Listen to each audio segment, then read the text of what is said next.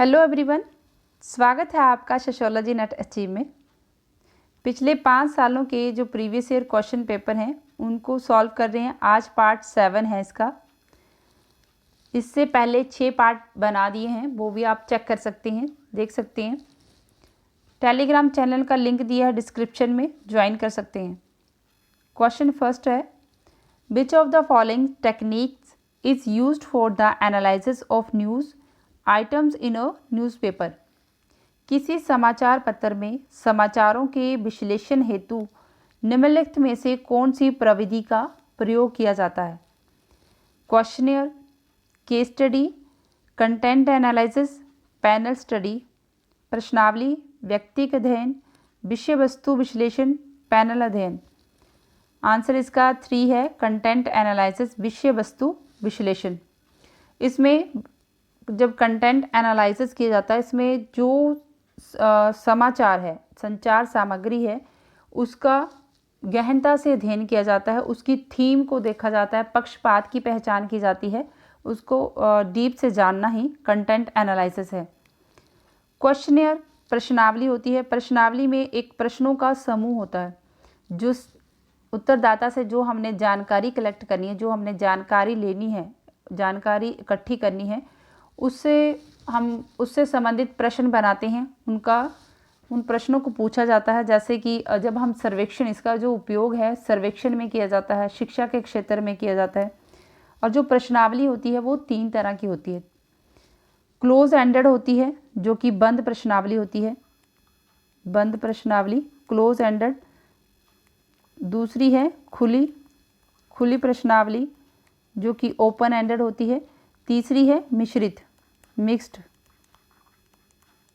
Mixed प्रश्नावली। बंद में होता है कि आंसर जो देना है वो यस और नो में देना है, जो पूछा जा रहा है सिर्फ उसका हाँ या ना में उत्तर देना है। खुली में उसमें जो जवाब देना है उसको जवाब देने की स्वतंत्रता होती है, जो भी उसको उसके पास विचार आइडिया है, जो उसके अनुभव है वो उसको बता सकता है। मिश्रित में दोनों तरह का प्रयोग होता है, बंद का भी होता है और खुली प्रश्नावली का भी प्रयोग होता है। केस स्टडी है, जब कोई व्यक्ति या फिर कोई घटना, कोई समूह का अध्ययन किया जाता है तो गहराई से उसका अध्ययन करना।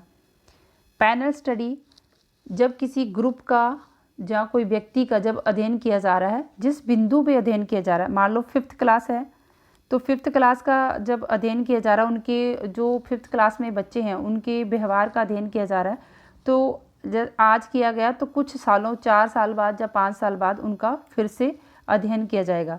तो 4 साल बाद वो कौन सी क्लास में पहुंच गए हैं, जैसे 5th में हैं तो 4 साल बाद वो 9th क्लास में पहुंच जाएंगे, तो उनका उस समय अध्ययन किया जाना। तो एक ही बिंदु पे उनका कुछ समय बाद। तो ये जो पैनल स्टडी है ये लंबा रिसर्च होता है।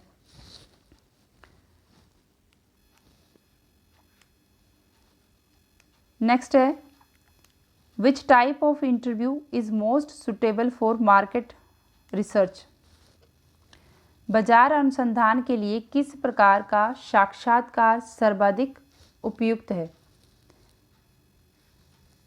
Undirected interview, semi structured interview, directed interview, focused interview. अनिर्देशित साक्षात्कार, अर्ध संरचनात्मक साक्षात्कार, निर्देशित साक्षात्कार, केंद्रित साक्षात्कार। आंसर है इसका फोकस्ड इंटरव्यू, केंद्रित साक्षात्कार।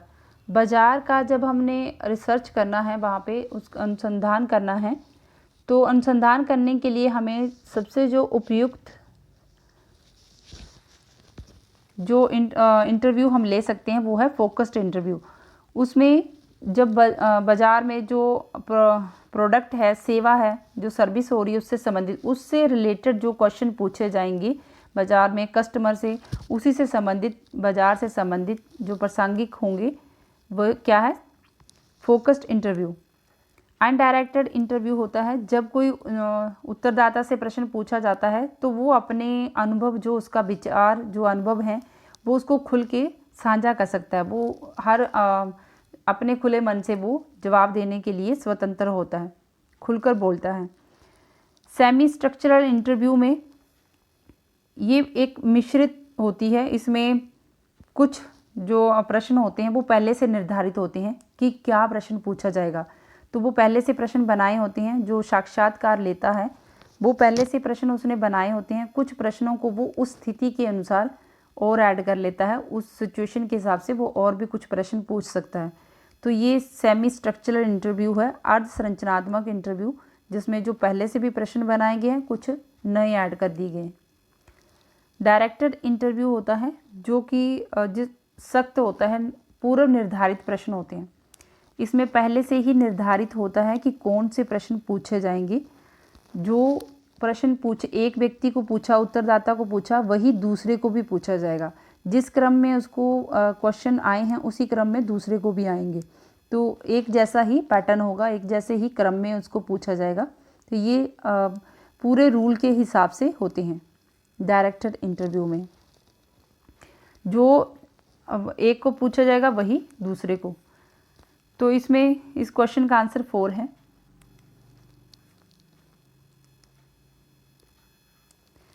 Who has introduced the case study method into social science? समाज विज्ञान में व्यक्तिक अध्ययन की पद्धति को किसने प्रारंभ किया? सोशल साइंस में जो केस स्टडी मेथड है उसको सबसे पहले किसने इंट्रोड्यूस किया है? C.H. Cooley, Emile Durkheim, Frederic Le Play, Harold लेसवेल।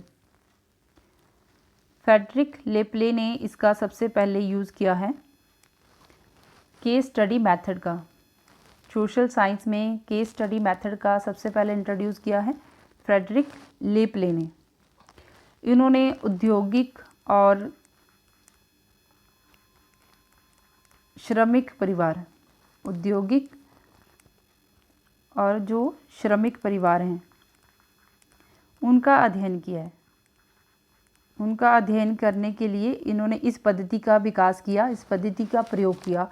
इस ऐसे जो परिवार हैं, इस परिवार की सामाजिक संरचना को देखने के लिए, उनकी जो आर्थिक स्थिति है उसका अध्ययन करने के लिए, और जो सामाजिक जो संस्कृति है उसका क्या प्रभाव पड़ता है, इसको जानने के लिए उन्होंने केस स्टडी मेथड को, व्यक्तिक अध्ययन का ये जो पद्धति है इसका प्रयोग किया है। C.H. कुले ने लुकिंग ग्लास सेल्फ का कंसेप्ट दिया है कि जिससे हम अपनी सेल्फ कंसेप्ट, अपने आत्म अवधारणा बनाते हैं। लोगों का क्या विचार है हमारे प्रति, क्या प्रतिक्रियाएं आती हैं, लोग हमें किस दृष्टिकोण से देखते हैं, उसी दर्पण से हम अपने आप को अपने प्रति धारणा बनाते हैं। तो उससे संबंधित उन्होंने लुकिंग ग्लास कंसेप्ट दिया है। इमाइल दुर्खिम है, इन्होंने ये समाज में, ये कहते हैं कि जो समाज है, समाज ही व्यक्ति पर प्रभाव डालता है। तो ये समाज को ज़्यादा महत्व देते हैं व्यक्ति के comparison.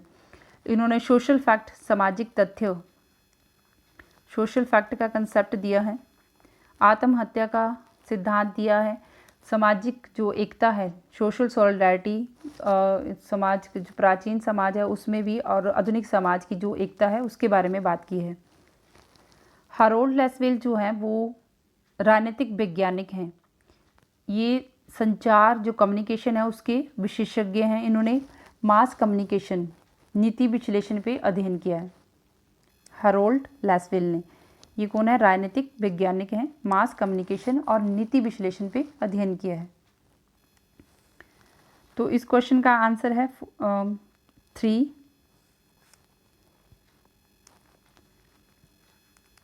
Research methods in social relations was written by whom?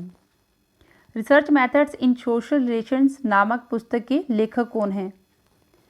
William J गुडे, पॉल के हट, पॉलिन वी यंग, मेरी जोहोदा, मार्टिन ड्यूटिश और Stuart W Cook, Russell L Ackoff. Answer इसका 3 है। इन्होंने इस पुस्तक में ये समझाने का प्रयास किया है कि जो सोशल रिसर्च है, सामाजिक अनुसंधान है, सामाजिक अनुसंधान के तरीकों को समझना है। इस पुस्तक में सामाजिक अनुसंधान के तरीकों को समझना है कि कैसे आंकड़े इकट्ठे करने हैं, आंकड़ों का संग्रह करना है, उनको इकट्ठा करना है और जो विश्लेषण करना है उसकी व्याख्या करना है। विश्लेषण और व्याख्या की जो प्रक्रिया है उस पे ध्यान देना है। वैज्ञानिक तरीकों को अपनाकर कैसे सामाजिक जो संबंध हैं उनकी सामाजिक संबंध और प्रक्रियाओं का अध्ययन करना होता है। इस पुस्तक में ये समझाया कि कैसे आंकड़े इकट्ठे करने हैं, वैज्ञानिक तरीकों का प्रयोग करके सामाजिक जो संबंध हैं, सामाजिक जो प्रक्रियाएं हैं उसको अध्ययन किया जाता है।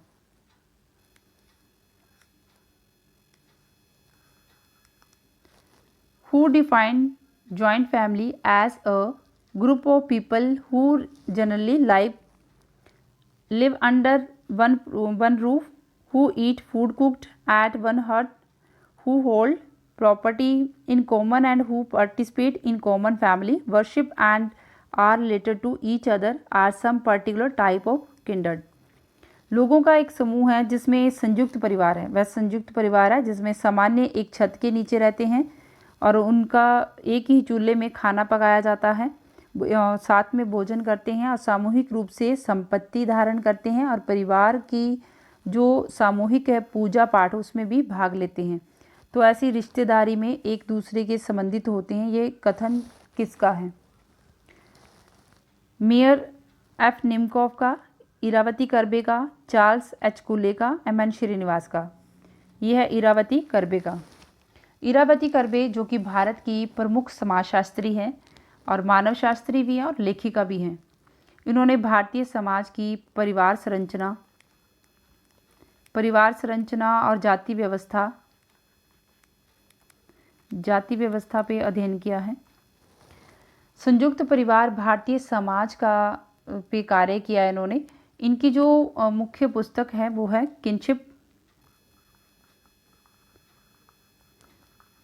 किनशिप ऑर्गेनाइजेशन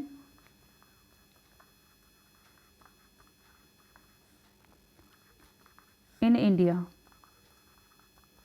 जो कि 1953 में लिखी है। इस पुस्तक में इन्होंने भारतीय समाज की जो रिश्तेदारी है उसकी रिश्तेदारी की संरचना को समझने का प्रयास किया है। संरचना को समझने पे उन्होंने अध्ययन किया है। और दूसरी जो मुख्य पुस्तक है वो है युगांता, 1967 में। ये प्रमुख पुस्तकें हैं, इसको आप नोट डाउन कर लें। इसमें उन्होंने महाभारत की जो कथा है उसको समाजशास्त्रीय दृष्टिकोण से अध्ययन किया। इसका युगांता में महाभारत की जो कथा है उसका समाजशास्त्रीय दृष्टिकोण से अध्ययन किया है।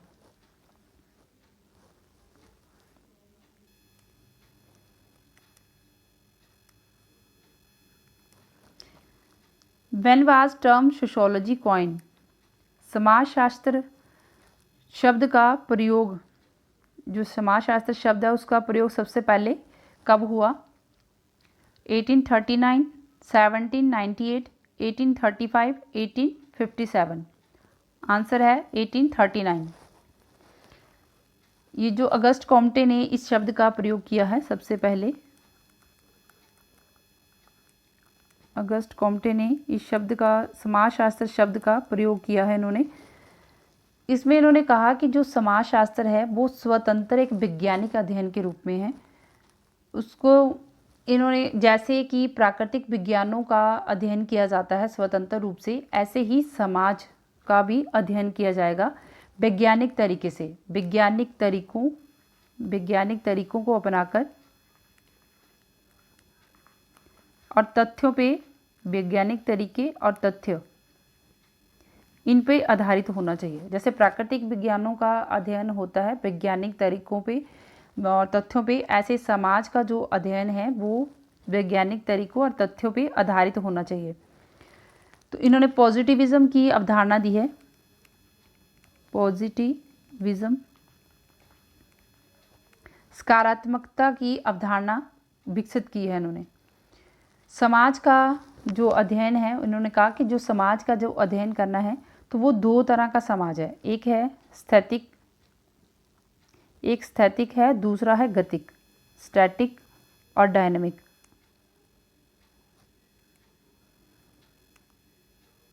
समाज जो है वो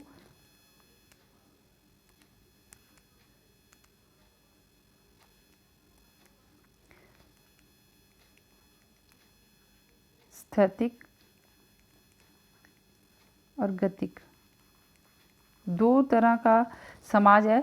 स्थैतिक समाज वो है जो कि ऐसे तत्वों का अध्ययन करना है समाज में जो कि समाज की व्यवस्था को बनाए रख रहे हैं, समाज में संतुलन बनाए रख रहे हैं, वो स्थैतिक समाज होगा।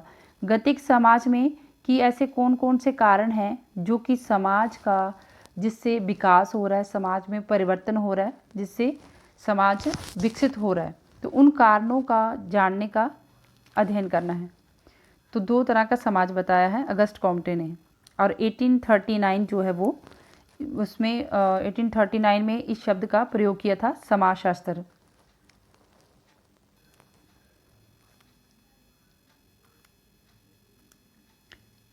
नेक्स्ट क्वेश्चन है, the Okka is the basic group among Coorgs with. Coorg समुदाय के मूल समूह में ओका है। Patrilineal joint family, matrilineal joint family, matriarchal joint family, matriarchal nuclear family. पितृवंशीय संयुक्त परिवार, मातृवंशीय संयुक्त परिवार, मातृसत्तात्मक संयुक्त परिवार, मातृसत्तात्मक मूल परिवार। आंसर इसका पितृवंशीय संयुक्त परिवार, पैट्रिलिनियन जॉइंट फैमिली। ओका जो है वो एक पितृवंशीय कुल एक परिवार इकाई है, एक कुल है, ये परिवार इकाई है। जो ओका होता है वो एक कुल या परिवार है। इसमें वंश के आधार पे चलता है, पुरुष जो है वो पुरुष का वंश चलता है, संपत्ति का अधिकार पुरुष को होता है, संयुक्त परिवार होता है ये। ओका में जो प्रमुख पुरुष होता है, जो कि वरिष्ठ व्यक्ति होता है, तो उसको पंडा कहते हैं। जो इस परिवार में मुख्य जो वृद्ध व्यक्ति होगा, जो वरिष्ठ होगा सबसे, उसको पंडा कहते हैं। उसी के निर्णय जो है वो मान्य होंगे, वो निर्णय लेता है उस परिवार की, और रीति रिवाजों का जो उसकी संस्कृति है उनका पालन करवाने का कार्य, जो उत्तर जिम्मेदारी है वो किसकी होती है, पंडा की होती है। तो ये जो परिवार होती हैं ओका परिवार, वो सामाजिक जो पारिवारिक एकता है उसको बनाए रखते हैं। सो फ्रेंड्स, ये थे क्वेश्चन। आज हमने इन क्वेश्चनों को सॉल्व किया है। टेलीग्राम चैनल का लिंक दिया है डिस्क्रिप्शन में, ज्वाइन कर सकते हैं। Thank you for watching video.